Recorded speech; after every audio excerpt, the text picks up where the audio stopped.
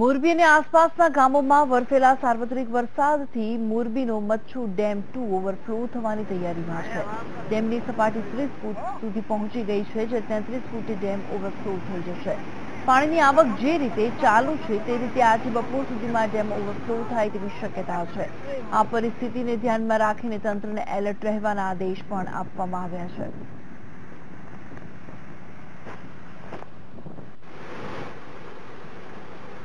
મોરબી જિલ્લાના મચ્છુ ડેમના 14 ગેટ ખોલવામાં આવ્યા છે। સૌરાષ્ટ્રમાં ચોમાસું સક્રિય થતા અને ઉપરવાસમાં ભારે વરસાદના પગલે ડેમમાં પાણીની આવક વધી જતી હતી, જેના પરિણામે ડેમની જળ સપાટી વધી રહી હતી।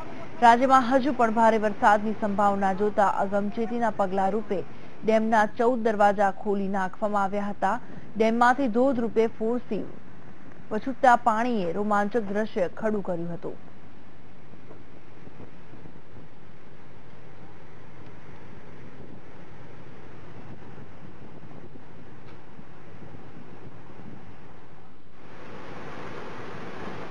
તમારી સાથે જોડી ગયા છે હરનીશ જોશી મોરબીથી। જય હરનીશ, જણાવશો કે મોરબી જિલ્લામાં જે રીતે વરસાદ મન મૂકીને વરસી રહ્યો છે, પરિસ્થિતિ શું છે ત્યાં હાલ?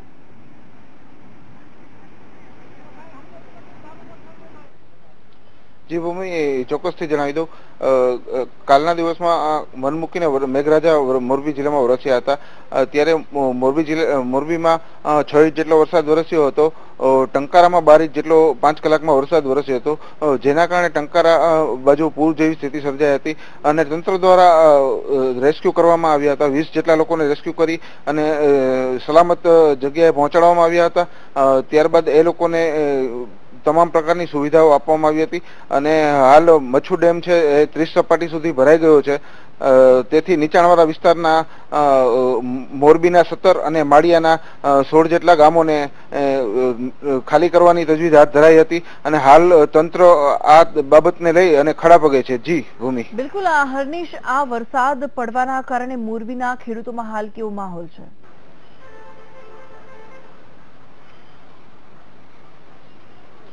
જે ભૂમિ, જોવા જઈએ તો મોરબીના ખેડૂતોમાં હાલ ખુશીનો માહોલ જોવા જઈ રહ્યો છે। જે 2 દિવસ પહેલા વરસાદ જ નહોતો, વરસાદની રાહ જોતા હતા, એક દિવસમાં મોરબીના મોટા પ્રાંતના જળાશયો ભરાઈ ગયા છે, તેથી ખેડૂતોમાં ખુશીની લાગણી જોવા મળી રહી છે। જી ભૂમિ, વરસાદના કારણે તંત્રની કાર્યવાહી શું છે હરનીશ હાલ?